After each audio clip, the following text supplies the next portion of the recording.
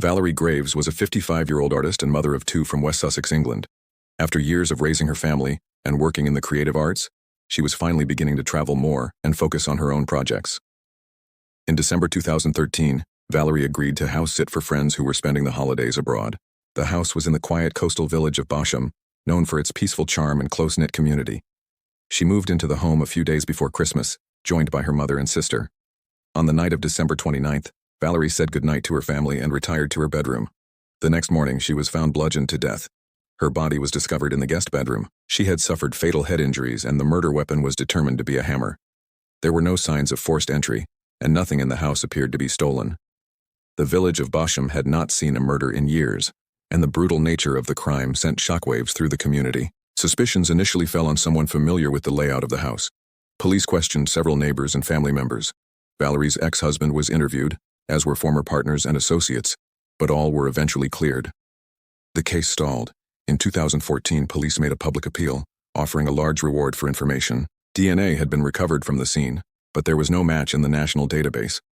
Officers took voluntary DNA swabs from over 500 men in the local area in an attempt to narrow down suspects. Still, there were no matches. The case went cold for nearly 5 years. Then in 2019, a DNA hit was finally made. The match came from a man named Cristian Sabu, a Romanian national who had once worked on the house where Valerie was killed. He had helped with renovations and had access to the property during that time.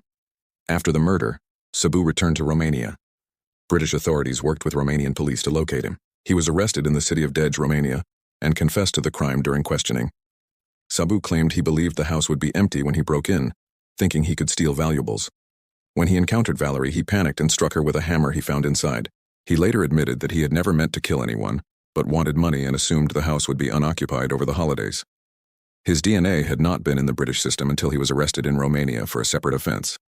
Sabu was extradited to the United Kingdom, where he was formally charged with Valerie's murder.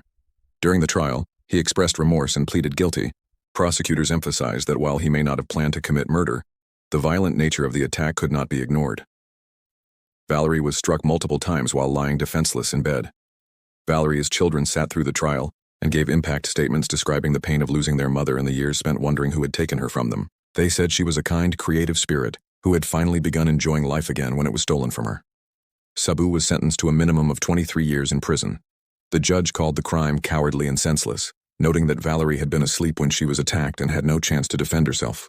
The case reminded the British public of how even a peaceful village could become the site of unimaginable violence. Valerie's family later set up a local arts foundation in her memory, providing grants to young artists in West Sussex.